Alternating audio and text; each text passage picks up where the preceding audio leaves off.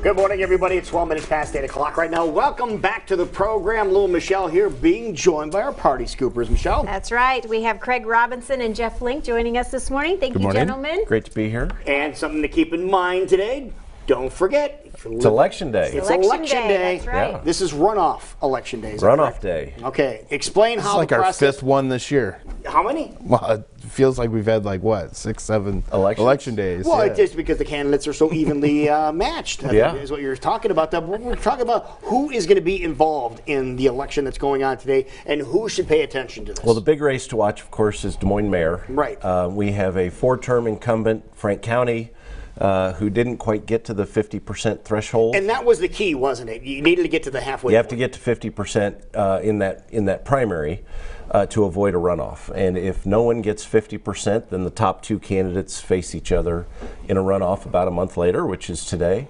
And what's interesting is typically in these kinds of races, the candidate, the non-incumbent candidate, if they get second, tend to have a little advantage going into the runoff because all the people that voted against the incumbent kind of go for the non-incumbent. And in this case, that's Jack Hatch. So it's going to be a tough race. There's been some very tough It's been negative. mail going back and forth between the 2 candidates. And so I think it's really a jump ball at this point. Now, what kind of turnout do we usually get in these kind of runoffs? Because the first time it goes through, you say there's a halfway decent turnout, but now that you have it whittled down to 2, are people more inclined to go out and say, okay, now I just have 2 to pick from?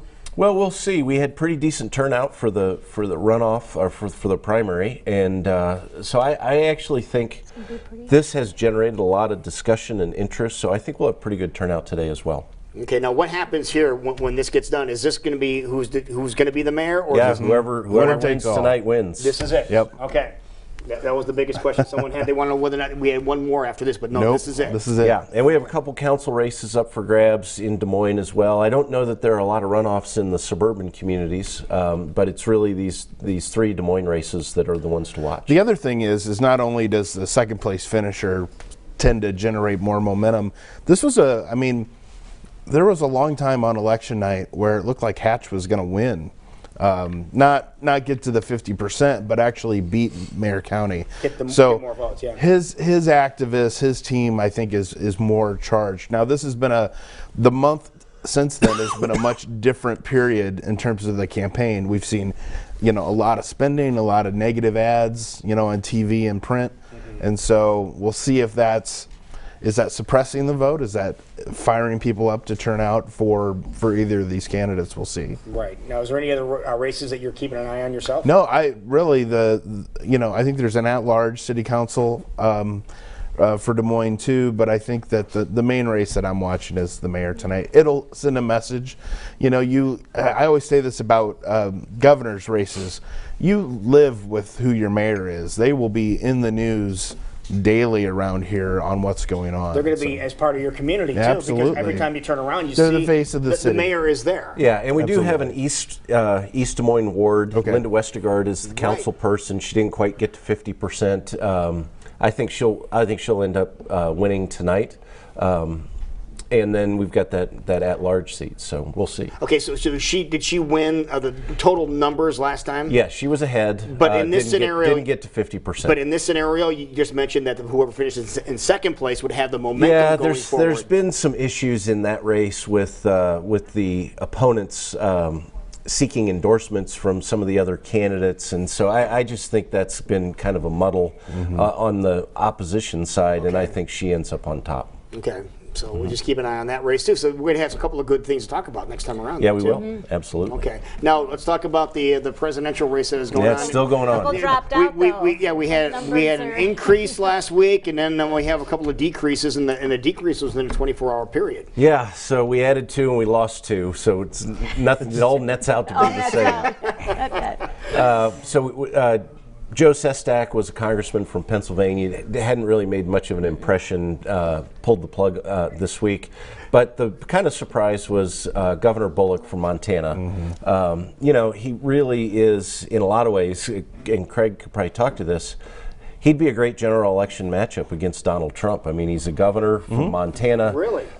He was on the ballot in 2016 he won his governorship in 2016 at the same time Donald Trump won the state of Montana by 20 points or 16 points. So he can win over Trump voters, and but just couldn't ever get any energy or fundraising going for a Democratic primary. It's always hard sometimes for these more moderate candidates, whether it's in the Republican Party or the Democrat Party, for real moderate that might have bipartisan appeal or is viewed as more of a centrist. Sometimes it's very difficult for them, especially in a presidential contest, to build a coalition big enough to win, because you're really appealing at this time to the bases of each party. Right. And so, I mean, we've seen this in the debates where, unless you believe in Medicare for all, I mean, Vice President Biden has dealt with that. That's been a drag for him, that, these policies that these activists are looking for are further to the left than some of these candidates are. And that's especially true with a guy like Bullock. Now, do you think if Bullock's stepping out at this time, when it's getting more and more heated as we get closer and closer, by stepping out, you said that he's appealing on both sides? Well, he appeals more, I think, to centrists.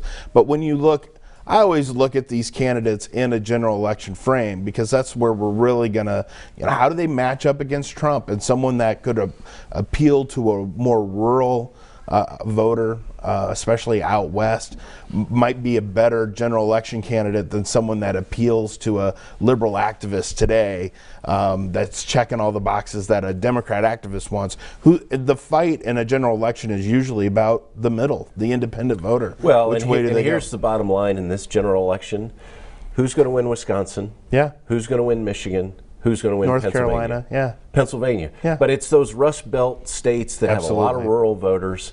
That's what it all boils down to. And whoever wins those 3 states is going to be the next Would Bullock president. be positioning himself right now to be a possible vice presidential running mate? I think he'd be a good choice depending on who the nominee is. I think he'd make a great attorney general in an administration. I see a lot of, when I look at this field of Democrats that's still really big, I see, you could probably build a full cabinet with it. Whether it's, Klobuchar for Secretary of Agriculture or Bullock in a spot. I mean, there's a lot of talent that, sometimes they're running and they'll end up. My question for you, Jeff, is doesn't Bullock have the endorsement of Attorney General Miller? He does. In the state? He does. So that opens up makes a big Iowa endorsement available for someone to show it. And if you're like Mayor Pete Buttigieg, you want it. Right. And same way with Jack Hatch. If Jack Hatch is the mayor tonight, does he get involved in this presidential race and endorsement? I think he does. I do too. Okay. Yeah. All right. Things to keep an eye on, Michelle. Interesting. As always, gentlemen, thank you for joining us here this morning. Great.